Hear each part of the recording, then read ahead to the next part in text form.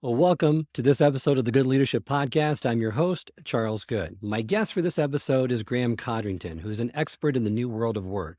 He is a best-selling author, futurist, and consultant working across multiple industries and sectors and blending cutting-edge research and thought-leading insights to help organizations and individuals make better decisions.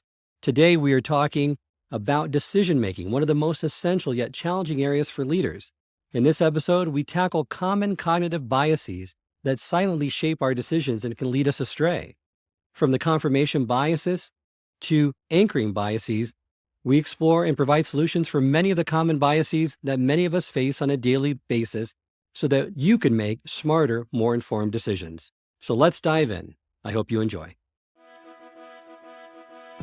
Welcome to the Good Leadership Podcast, where we engage with esteemed thought leaders and explore research-backed strategies and techniques that empower leaders at every level to achieve meaningful results that drive lasting change. Welcome to the program, Graeme. It's always great to talk to you, Charles. Thank you. Lovely to be here. Well, let's dive right in. Your work focuses on how leaders can navigate the complexities of today's fast-changing world. And one area that's particularly challenging, once again, is decision-making. So let's start, if you could just kind of explain that difference between System 1 and System 2 thinking, coined by Daniel Kahneman in his best-selling book, Thinking Fast and Slow. You're exactly right. I think most of us have been taught sometime that we've got a left and a right brain. And that's partly true. You've got a creative, more artistic side. You've got a logical, more scientific side. But probably more important, you have the Systems 1 and Systems 2. And as you say, Daniel Kahneman is the guy most referenced here. He won a Nobel Prize for at least some of the research that led to these insights. System 1 is called your fast brain. It's the part of your brain that if you ask a question, your brain's got the answer. What is the capital of France? Your brain's got the answer, Paris. And you don't have to consult a map. If you look in your brain, where did that answer come from? It was just there. And obviously, a lot of that comes from when we were at school and we were just learning these and we memorized them so often that they just stick in our brains. And that's where most of your work and most of your day is spent. It's spent in that fast brain, question, quick answer, question, quick answer. But of course, that's not a creative side of your brain. That is accessing what you already know.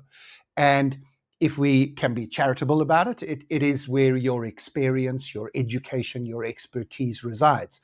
So this is what gets us promoted. This is what makes people think that we're smart and impressed with us because we've got a quick answer. What were the sales figures last month? Boom, you've got an answer. What should I do about this particular situation on the factory floor? Boom, the supervisor's got an answer, fast brain stuff. But what Kahneman said is that actually the more powerful and more important probably part of your brain is the slow brain. The slow brain is where new ideas would come from. Charles, physically, we even can see somebody accessing their slow brain. Their eyes go up and to the left, and they probably pause. A bit of space is needed because it literally is the part of your brain that needs a bit of space and time. It's not itself slow, but it is slow to respond because new ideas are being created. If you don't have the answer, then your brain starts looking for where the answer can come from. And so that's the starting point of critical thinking. Creative thinking is coming up with new ideas, but critical thinking is giving yourself space and time to question whether your first answer, your fast brain answer, was in fact the correct answer, or whether if you gave yourself a little bit more time and questioned the first answer that jumped to mind just a little bit, whether some better answer, bigger answer, smarter answer might come through. And so it's not just about fast thinking, it's about smart thinking, and it isn't just about thinking harder, it's about thinking better. Love that explanation. And I love how this framework really allows us to identify ways to improve our decision-making processes, because you're right, system one thinking is about that fast, automatic, intuitive approach, great for quick judgments and routine decisions, but it's also prone to biases. And system two could prevent this from happening, but it's lazy, it's slow, it's deliberate, it's analytical.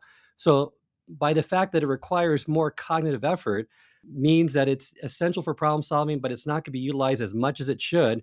And it allows system one to kind of take charge in times when it really shouldn't, creating some of these cognitive biases that are common with leaders, with people in general, that I like to start unpacking now with you. And maybe we can kind of talk about, three or four of these that are common and some solutions to them. So let's start with the confirmation bias. What is that? How does that show up?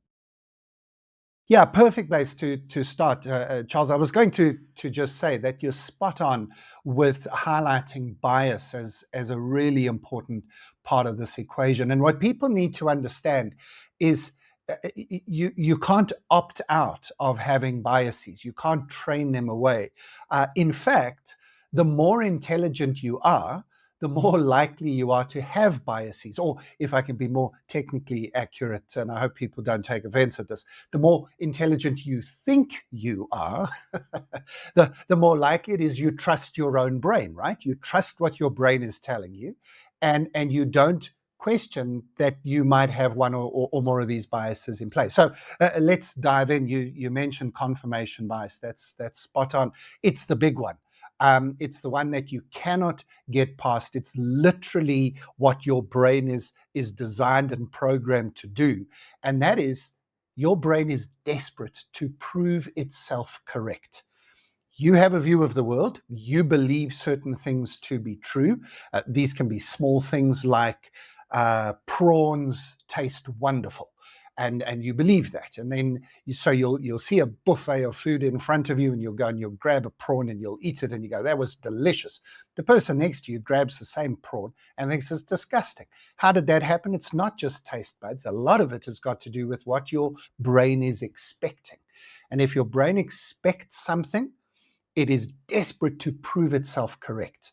Now, you can imagine what happens if your brain then encounters information or facts or experiences that go against what it currently believes. And it's quite an easy thing to do to prove to people that your brain, and you and I are both talking about our brains as if they're separate from the rest of us, but I mean, that is in fact the reality of the situation. Is that there's the stuff going on inside your head that you're not fully aware of all the time, system two stuff going on, where your brain is making decisions about what it brings to your consciousness and what it deals with in the background. And your brain is capable of blinding you or stopping you hearing things that it just doesn't want to hear. And I'm not trying to give people an excuse to just ignore their wives or their children. I've often been accused as a father and a husband of having selective hearing, and that's a different problem. But it is related that your brain does in fact have this capability of blocking out or stopping you being conscious, at least, of information that would go against what you currently believe. And so we've got to first of all acknowledge that as a physical reality of our brains. You can't stop that happening. And then you've got to, after acknowledging it, you've got to put some tools and strategies and awarenesses in place to overcome it. Well, and you're right, and that's what Daniel Kahneman says on how confirmation bias is really a product, right, of the brain's tendency to process information in ways to reduce cognitive dissonance or discomfort from conflicting information. It's a system one byproduct, which is largely responsible for the confirmation bias, is because it seeks patterns and coherence, disregarding any contradictory evidence in favor of maintaining these existing beliefs. And there's examples of this all over, right, Graham? Personally, professionally, in the political landscape that we could use. And I think just bringing awareness to it, maybe that first step in becoming hopefully better at identifying it sooner rather than later. That's exactly right. And I mean, we could give plenty of examples. Let me give a business related example. This might also be a personal one. But let's imagine, and please, if any ladies are listening to this, please just trust me for about 30 seconds. This is going to start badly, but I promise it'll end well. Let's imagine, Charles, that you and I believe that women are worse drivers than men, right? And so you're busy driving in the traffic and somebody cuts you off quite dangerously, and you look across to see who was that who did that. You're expecting to see a woman. Of course, it is a woman, and you've got this confirmation bias, right? You've got confirmation. You see, women are bad drivers. Unbelievable. Anyway, you carry on driving. A few minutes later, somebody else cuts you off in a similar way. You check again to see who it is. This time it's a man. It's possible, could happen, that your brain, instead of going, you see, oh, your brain is likely to say, oh, he must be late for work. Go for it, guy. I don't know why you're needing to drive so fast this morning, but go for it. I hope you get to work on time. Hope everything's all right at home, whatever. And I mean, it's a silly example, of course, but it isn't actually, because it wasn't the experience you had that influenced how you responded to it. It was your belief about what you thought was happening that then influenced your experience. And we've got to make that shift in our mind to realize that our beliefs govern how we engage with the world. Now, there's a positive side to that, and that is that when you accept that and recognize that, it allows you to make quite big changes to the way you engage with the world, gather data, process information, and engage with the world around us. So it really, acknowledging this and understanding of this helps you to, yes, make better decisions. But I also think it helps you to be less stressed about the world around you, more open to dealing with change and disruption. And in my opinion, makes you a better person, a better manager, and a better leader. Absolutely. Some of the ways to overcome it: seek disconfirming evidence, right? Actively look for information that contradicts possibly your beliefs or assumptions. You can even play devil's advocate, engage in debates and discussions where you argue the opposite of what you believe, and make sure that you broaden your information sources, expand the range of media, studies, and experts that you follow to include those diverse opinions. Any other suggestions, Graham, in helping people really be more aware and overcome this bias, or at least minimize its effects? All of those were great examples that you gave, Charles, but let me put them in a category that makes sense. And here, maybe let me recommend another book. And Daniel Kahneman's book is a great book. I really hope people read it, but it's also a big book. And so if you're not into big books, then maybe a better, easier way into this is a book called Think Again. By Adam Grant. It's one of the best-selling books of the last 3 or 4 years.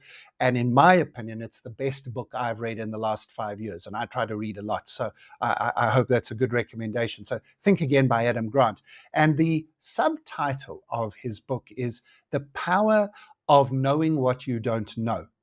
And the basis of the book is that we need to approach the world around us with the type of attitude that a scientist has. And in the book, he has a few archetypes. He says if you're a politician, you approach the world attempting to bend the world to your point of view. Similar to maybe a preacher might have the same approach.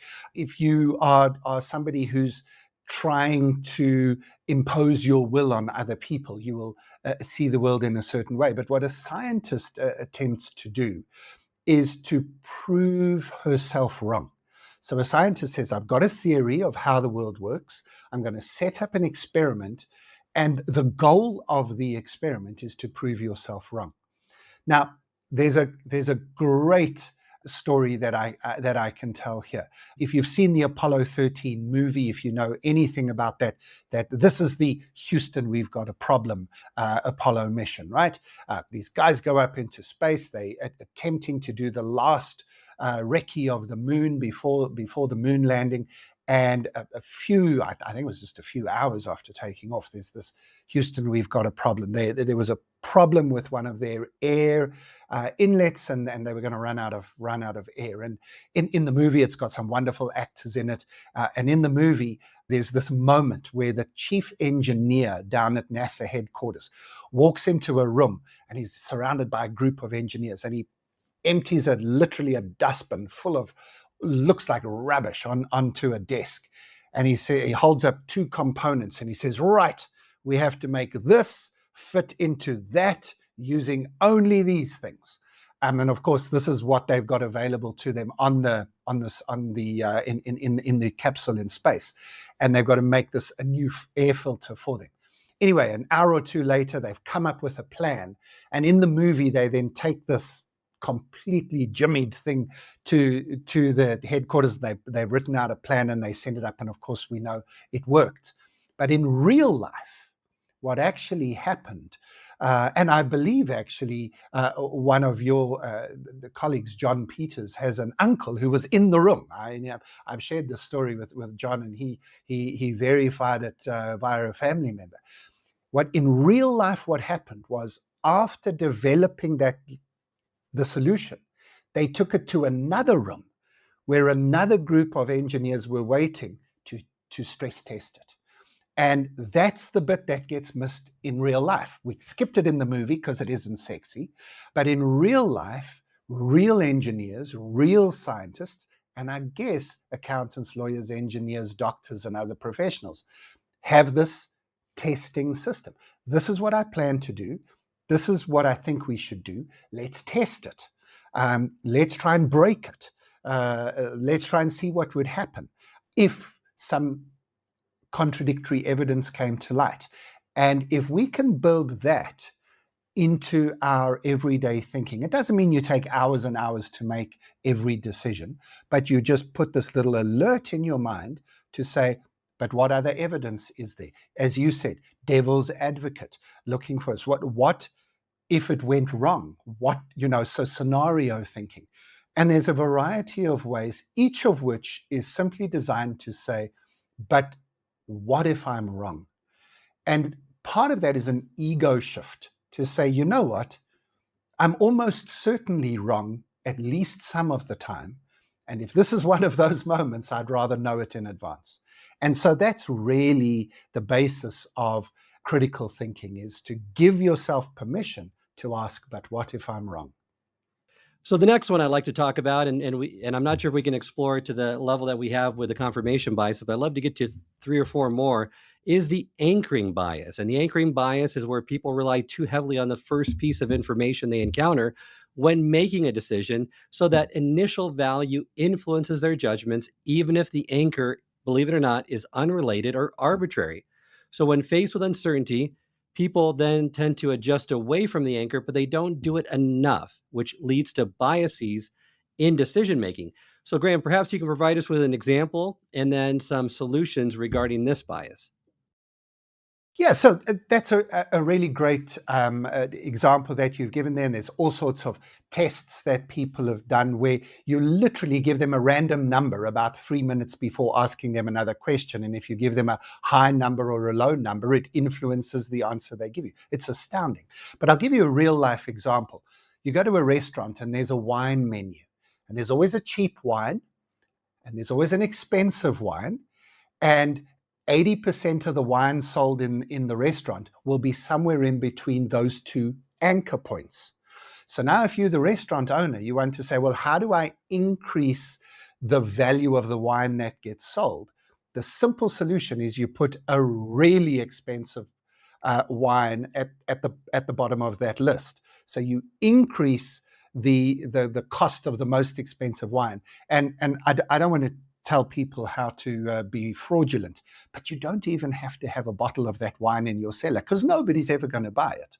But what you will do is you will anchor people to say, well, the most expensive bottle of wine is $250. It feels fine for me to spend $50. Whereas if the most expensive bottle is $60, they'll feel a lot more comfortable only spending $30 on their wine. And so you anchor people with either a very high or a very low number, and that can move where their feeling of where the right number might be between those two anchors. And of course, all you've got to do is be aware of the fact that probably somebody's using the anchoring bias against you in marketing and so on, and then realize, was I anchored? Or deliberately re-anchor yourself with something else, and you can quite easily overcome that bias. So like you said, it's just being aware of the anchor, deliberate adjustment away from the anchor, and even adjusting farther away than you feel comfortable to minimize the anchor's effects. Let's talk about the next one. So, the availability bias, which refers to our tendency to rely on immediate examples that come to mind when evaluating a topic, a discussion, or a concept. Because of this, we give more weight than what we should. This is, once again, a system one issue to recent, vivid, and emotionally charged memories, even when they're not the most accurate or the best reflection of reality. So it causes us to overestimate the importance of the frequency of events, which are easier to recall because they're more available in our memory. So, once again, provide us with maybe an example of this and some solutions to overcome this. Well, I think this one might be the one that most people have personal experience of. If you're in a workplace environment and you're coming up to the annual review process, on which your bonus might be based, on which your next promotion might be in balance, everybody suddenly gets as diligent as it's possible to be. Why? Because if the amazing thing that you contributed happened 8 months ago, it's not going to be as weighted significantly in your manager's mind as something that might have happened 8 days ago. And so, everybody plays the game of being the greatest employer of all time in the week or two leading up to a review. And to be honest, you should.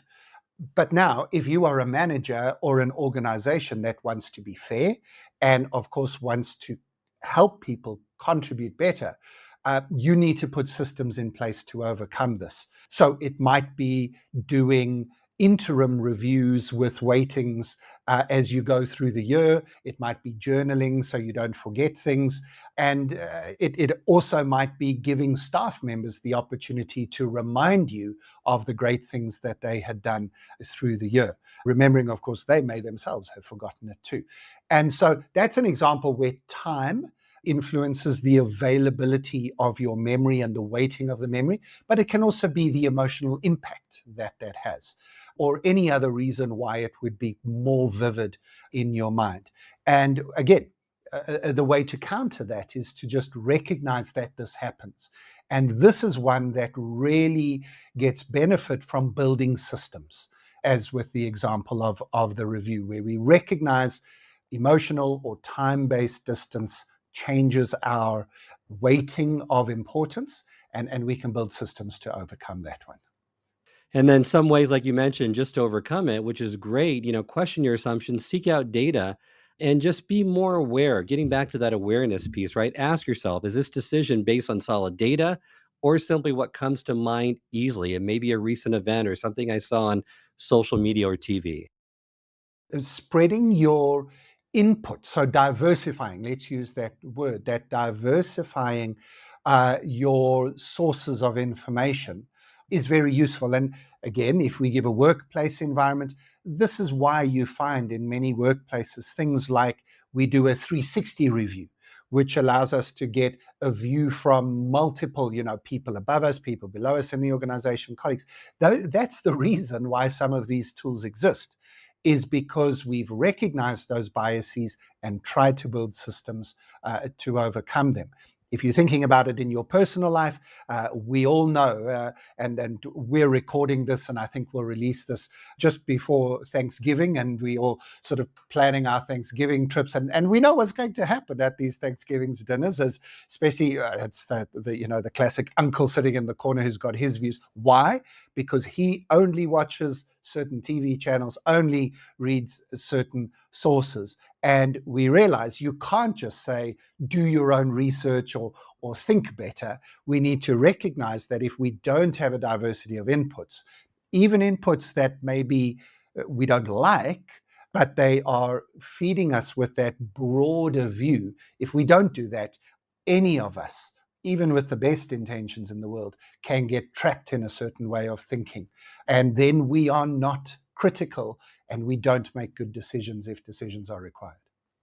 And we have to be mindful too, right? We don't want to outsource our thinking to the masses because these biases, they're common with everyone. They are the brain's way of making sense of the world, taking in all this complex information that we have and providing these heuristics or biases to make decisions easier. Otherwise, we'd be overwhelmed with the amount of information we take in and the decisions we have to make in a day. We have to rely on these patterns. And for the most part, these patterns work for us. But in some cases, they turn into these biases, which really distort our reality and really have us making less than optimal decisions. And that's exactly right.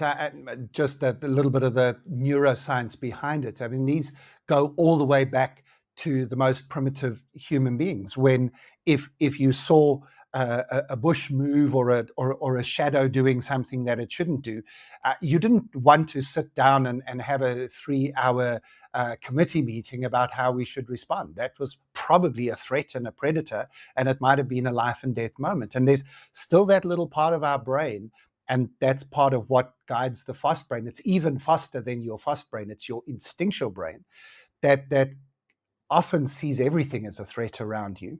And part of this then is our modern layering of all of those parts of our brain. And we live in a world where we could probably do better than that in terms of how we respond to information and how we make decisions. But we need to recognize the basic underlying mechanics of our brain are what they are. You can't change that. It is what it is. That's what it means to be human. And so it's this almost software upgrade that we need with better decision making. Well, and one bias that I find really common with many people that's not talked about enough is the status quo bias, which is the preference for the current state of affairs, where individuals tend to resist change, stick with their existing decisions, choices, or habits, even if they're not optimal, even if they're bad, when a change might lead to a better outcome. So people are favoring options that maintain the current situation, avoid potential losses associated with change, even when the possible benefits are significant. Once again, another issue with our system one thinking, where we have this loss aversion. We don't want to feel like we're losing something, and we just maintain the status quo feels better to us than that pain of change. But I know personally, Graham, and I'm sure you have personal stories. I'm with certain cable providers and other types of phone providers, I'll say, that I really would probably prefer to move away from, but the pain of changing is just too much, and I'm just kind of stuck into this status quo because I don't want to have to deal with it or inflict any additional pain on myself. That's a great example at a personal level. But Charles, you're touching on one here. I'm glad you've chosen to highlight this one. This is how I got into this topic. We've mentioned a few names: Daniel Kahneman, Dan Ariely, Adam Grant. All of these guys are either psychologists or organizational behavioral experts, and they investigate the human condition. And I rely on their research. I'm an ex-accountant who's now a scenario planner and strategy forecaster. But this status quo bias is how I came to this topic, recognizing how important it is for the work that I do. The main work I do with my clients is helping them to think about disruptive change. And disruption I define as deep structural change in your industry. It doesn't have to be a negative thing, but it's simply the change to the underlying rules and regulations, the underlying norms and standards of an industry. And when those change, this status quo bias becomes the thing that can cause not just you to spend a little bit of money more than you should, or to have a little bit more of a pain with your telephone provider, but it causes companies like Nokia to disappear because they see a competitor like a smartphone coming, the iPhone, and they say, that's nonsense. That's not a phone. The Nokia 3210 is a real phone. What's that? That's a piece of glass. And their status quo bias means that they fail to see the disruption coming in their industry.